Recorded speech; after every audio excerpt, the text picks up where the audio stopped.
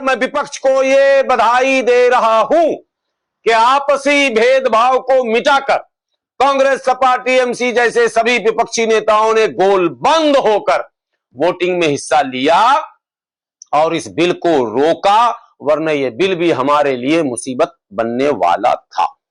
आज भी पिछड़े, अति पिछड़े और एससी, एसटी और माइनॉरिटी की महिलाएं जो हैं वो अपर कास्ट की महिलाओं के बराबर में ना तो मैंने शैक्षणिक दृष्टिकोण से हैं, ना सामाजिक दृष्टिकोण से हैं, ना राजनीति में कोई ऐसी विरासत है कि जिसके बल पर वो विल पावर उनका डेवलप हो, पॉलिटिकल विल पावर वो नहीं हो सकता। तो ऐसे में ये सवाल पैदा होता है कि आप अपर कास्ट की तादाद को बढ़ाने के लिए पर्दे के पीछे से कई वुमेन रिजर्वेशन बिल तो नहीं ला रहे हो, मतलब 33% महिला रिजर्व। अब महिला कौन सी होगी? महिला तो आपने कह दिया, महिला तो सभी जातियों में है, लेकिन महिला सामान्य तौर पर जो राजनीति में अग्रिम पंक्ति में है वो तो अपर कास्ट की महिला है।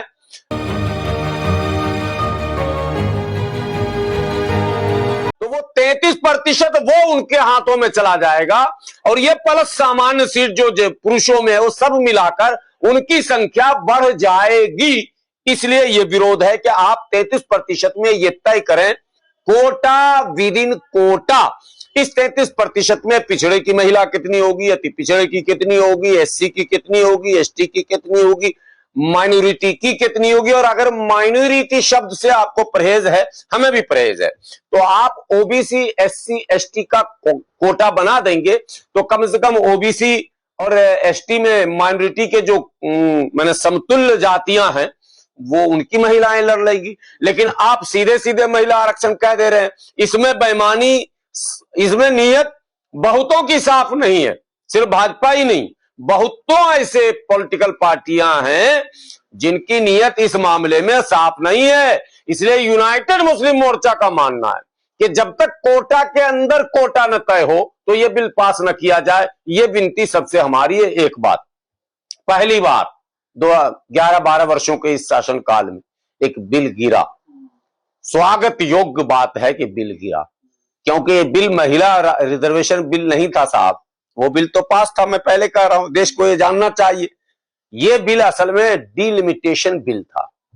ये परिसीमन के लिए जो बातें आ रखी हैं, नया जो संसद भवन बना है और उसकी जो सीटें बढ़ाई गई हैं, आप क्या समझ रहे हो बगैर योजना के काम हो रहा? क्या पुराना संसद भवन भूकंप में गिर गया था क्या, या आने वाले भूकंप में वो गिर रहा है क्या? अरे भाई, उसकी बनावट ऐसी है कि वो अभी 200 साल और चलने वाला, लेकिन फिर भी आपने नया इसलिए बनाया कि वहां सीटें कम थी, यहां सीटों को बढ़ाना। तो जब नया संसद भवन बना था तभी यह बात समझ में आ गई थी कि परिसीमन भी होगा, सांसदों की संख्या भी बढ़ाई जाएगी।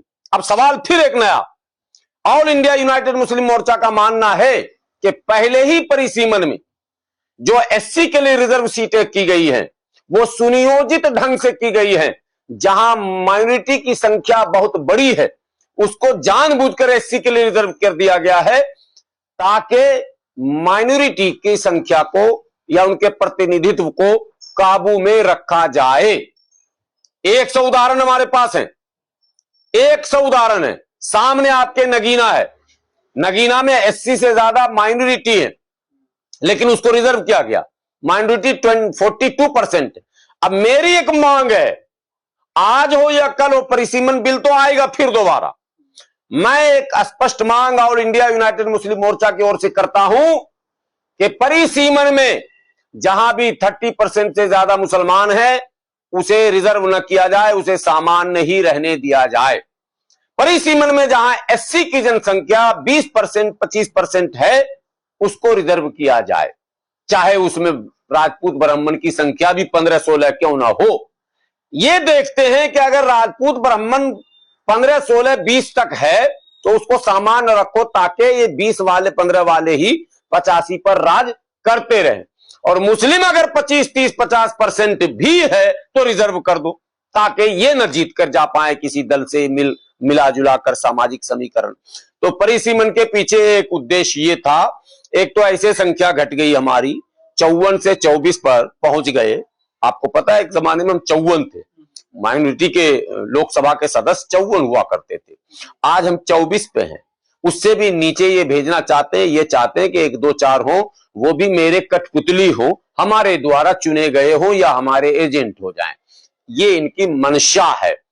तो इसलिए ये परिसीमन बिल, अब मैं विपक्ष को बधाई देता हूं कि बिल गिरा, तो आप हल्ला कर रहे हैं कि वुमेन्स बिल गिरा, अरे परिसीमन बिल गिरा। बात समझ में आ रही मेरी? ठीक है, ये केंद्र शासित राज्यों के लिए जो सिस्टम ये ला रहे थे वो बिल गिरा। 3 बिल एक साथ आए थे, 2 बिल हानिकारक थे।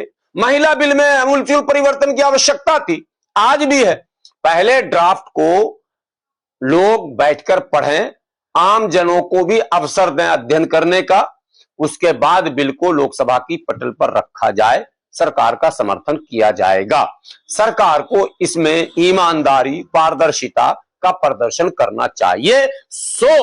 पहली बार मैं विपक्ष को यह बधाई दे रहा हूं कि आपसी भेदभाव को मिटाकर कांग्रेस, सपा, टीएमसी जैसे सभी विपक्षी नेताओं ने गोलबंद होकर वोटिंग में हिस्सा लिया और इस बिल को रोका, वरना यह बिल भी हमारे लिए मुसीबत बनने वाला था।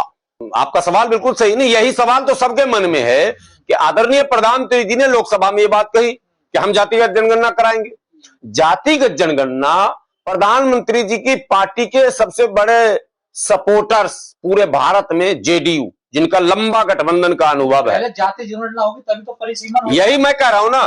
तो जेडीयू ने जाति जनगणना बिहार में अपने बल पर करवाया, राज्य में जातीय जनगणना, लेकिन वो वैलिड नहीं होगा। राज्य जो करवाती है वो गणना है, यानी जातियों की गिनती हो गई।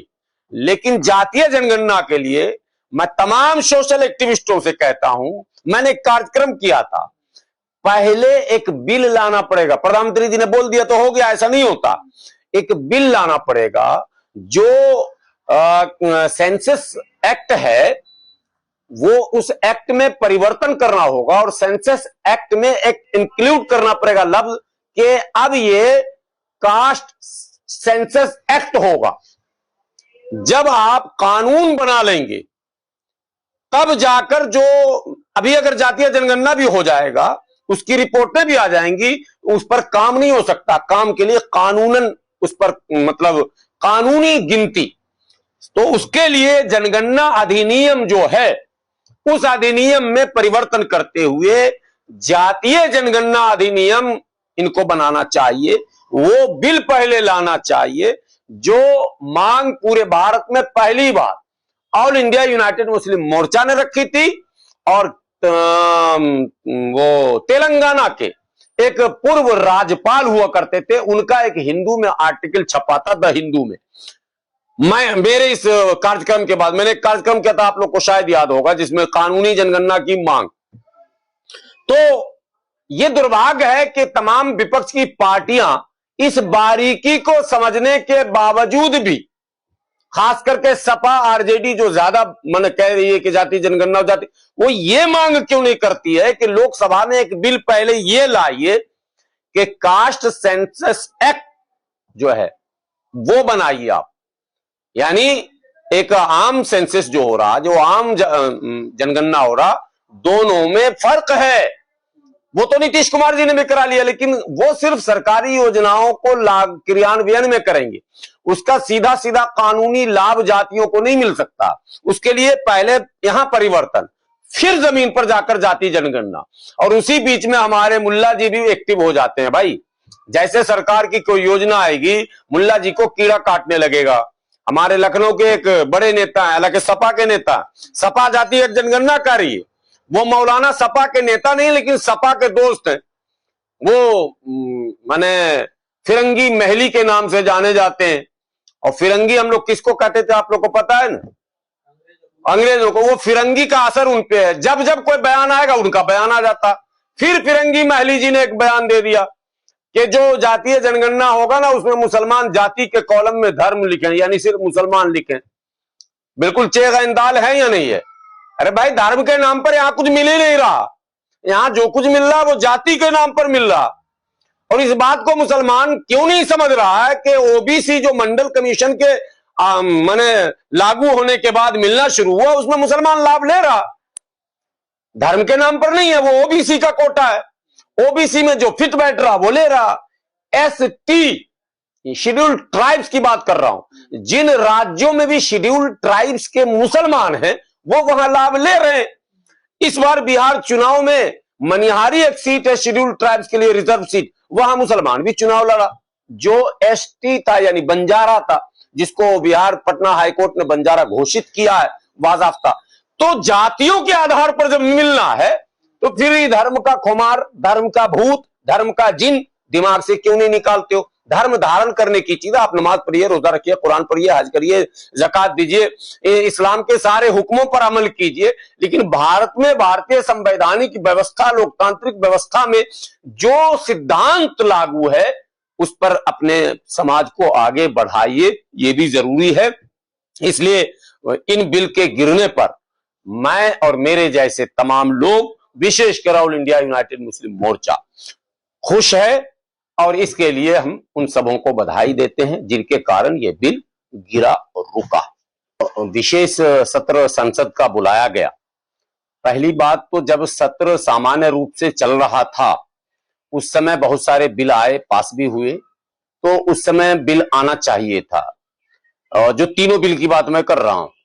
लेकिन जहां तक महिला आरक्षण विधेयक की बात है, जिसका नाम इन्होंने नारी वंदन और क्या क्या, ये तो नाम देने में तो खैर मोदी जी का कोई जवाब ही नहीं है, तो वो बिल आपके संज्ञान में भी होना चाहिए और देश के लोगों के संज्ञान में होना चाहिए कि ऑलरेडी वो बिल पास हुआ है। वो 2023 में बिल पास हो चुका है, उसके ढिंढोरे भी पीटे जा चुके हैं, उसका क्रेडिट भी लिया जा चुका है, उसकी रैलियां भी हो चुकी हैं, रोड शो भी आदरणीय प्रधानमंत्री जी ने गुजरात में बाज़ाफ्ता किया था और वाहवाही उसकी लूटी गई थी। तो जो बिल लोकसभा में ऑलरेडी पास हो चुका था, उस बिल को इस बिल के साथ इंक्लूड करने का उद्देश्य क्या था, मकसद क्या था? कुछ तो गड़बड़ है, कुछ तो कमी उस वक्त बिल में रह गई थी, जिसके कारण फिर से उसको ड्राफ्ट किया गया, फिर उसको पेश किया गया। तो विपक्ष की आपत्ति को आप नकार नहीं सकते। और विपक्ष का काम क्या है? विपक्ष का काम यही तो है कि सरकार के द्वारा लाए गए सभी प्रस्तावों के बारीकी को वो समझे, समझकर अगर जनहित में है तो समर्थन करे और जनहित में नहीं है तो विरोध करे। विपक्ष को ये महसूस हो गया कि ये बिल महिलाओं के या महिलाओं में विशेषकर, अब शब्द विशेषकर कह रहा हूं, जो डिमांड ऑल इंडिया यूनाइटेड मुस्लिम मोर्चा पहले से करती आ रही है, जिसके कारण हमारे राष्ट्रीय अध्यक्ष डॉक्टर मेजाज अली राज्यसभा से निष्कासित हुए थे, वो भी महिला बिल ही था। और वो बिल कांग्रेस लाई थी, कांग्रेस भी 33% रिजर्वेशन वुमेन्स बिल ला चुकी है। 33% महिलाओं के आरक्षण वाला बिल कांग्रेस ने भी लाया था 13 में, लेकिन उस बिल के खिलाफ भी लोग थे। कारण क्या है, क्यों खिलाफ थे? इस बार विपक्ष क्यों खिलाफ थी और उस बार क्यों खिलाफ थी? उसी 33% महिला आरक्षण विधेयक का भाजपा ने तब विरोध किया था और हमारे संगठन के राष्ट्रीय अध्यक्ष एनडीए के पार्ट थे, नीतीश कुमार की पार्टी से थे, लेकिन तब नीतीश कुमार समर्थन में थे महिला आरक्षण के नाम पर, लेकिन हमारे राष्ट्रीय अध्यक्ष नीतीश कुमार की पार्टी में रहते हुए विरोध कर दिया। उन्होंने कहा नहीं, 33% में जो एससी को आप रिजर्वेशन देते हो सामान्य तौर पर, उसमें तो आपने कोटा विदिन कोटा करवा दिया। आपको पता है ना, बिल पास हुआ कोटा विदिन कोटा वाला जो बवाल हुआ था। माने अब एससी में ये तय होगा कि कौन क्या है, कैसे है, और उसके हिसाब से उसमें अलग अलग जातियों को समाहित किया जाएगा, जो हरियाणा में लागू भी हो गया। कोटा विदिन कोटा 15% में जब कोटा विदिन कोटा आप कर सकते हो, तो 33% में कोटा विदिन कोटा क्यों नहीं होगा? एक आम धारणा है। दलितों, पिछड़ों, आदिवासियों, अल्पसंख्यकों के विषय में इस बात को नोट कर लेने का है कि सामान्य सीट पर इन वर्गों के पुरुष भी टक्कर नहीं दे पाते हैं, तो इन वर्गों की महिलाएं कैसे टक्कर देंगी? पूरे देश के अंदर जहां कहीं भी बहुजन समाज पर एट्रोसिटीज होती है, उस एट्रोसिटीज पर अगर वो व्यक्ति, वो परिवार मेरे पास तक पहुंच जाता है, जिन केसेज में मेरे फोन के जाने के बाद एक्शन हुआ, उस पर रेप केस तक है, कुल्हाड़ी से काटे हुए हमारे समाज के, बहुजन समाज के लोगों को काटा गया, उन पर कार्रवाई कराने का काम किया। ऐसे सैकड़ों मनुवादियों को जेल भिजवा चुका हूं जो मेरे समाज पे, मेरी बहन बेटियों पर अत्याचार करते हैं। मेरे फिल्म प्रोडक्शन हाउस के अंदर अगर कोई आदमी इलेक्ट्रॉनिक मीडिया के अंदर जाना चाहता है या फिल्म लाइन में जाना चाहता है, उसको फ्री ऑफ कॉस्ट ट्रेनिंग में दे रहा हूं और देता रहूंगा। धर्म पढ़ाएंगे आपको, रामायण, महाभारत, गीता, बाइबल और कुरान। दोस्तों, आपको पढ़ना होगा भारत का संविधान। 1984 में काशीराम साहब को ज्वाइन किया मैंने, और उस टाइम में 9th क्लास में पढ़ता था। उनके उस रास्ते पे काम करता हूँ। सामाजिक आंदोलन चलते रहना चाहिए, राजनीतिक आंदोलन चले या ना चले। ना बिकता हूँ, ना मुझे कोई खरीद सकता है, ना समझौता करता हूँ। सिर्फ 18 घंटे काम करता हूँ। जब तक मेरे समाज के, बहुजन समाज के पीड़ित व्यक्ति को न्याय नहीं मिल जाता, तब तक मैं बाबा साहब के विचारों और संविधान पर चलता हूँ। 9810085714। गांव की घटना है, ठाकुरों ने राइफल से गोली चलाई, मारने का प्रयास किया, सिर्फ बारात चढ़त के ऊपर की, इस रास्ते से बारात नहीं चढ़ेगी, ठाकुरों का रास्ता है। सारे चैनल को बोला कि भाई स्टोरी चला दो, किसी कोई चैनल पे स्टोरी चलाने के लिए तैयार नहीं होगा। कौन से बहुजन समाज को न्याय दिलाने की बात कर? काशीराम साहब कहते थे कि मैं किसी की शादी में नहीं जाऊंगा, किसी के फंक्शन में नहीं जाऊंगा, किसी के घर नहीं जाऊंगा, ना शादी करूंगा, ना गए कभी। जो संगठन, जो राजनीतिक लोग चला रहे, वो अपने घर में पहले सुरक्षा और बंगला और पैसे का और बड़ी कार का इंतजाम कर रहे हैं। उस पर भी आपको सोचना चाहिए। फिल्म लाइन और इलेक्ट्रॉनिक मीडिया में इस समाज के लोग, जो पुअर सेक्शन है, पुअर कास्ट जिसको कहते हैं, SC ST OBC माइनॉरिटी, एक भी चैनल का कोई भी मालिक इस देश के अंदर आज तक नहीं है। क्यों नहीं है? हमारा चैनल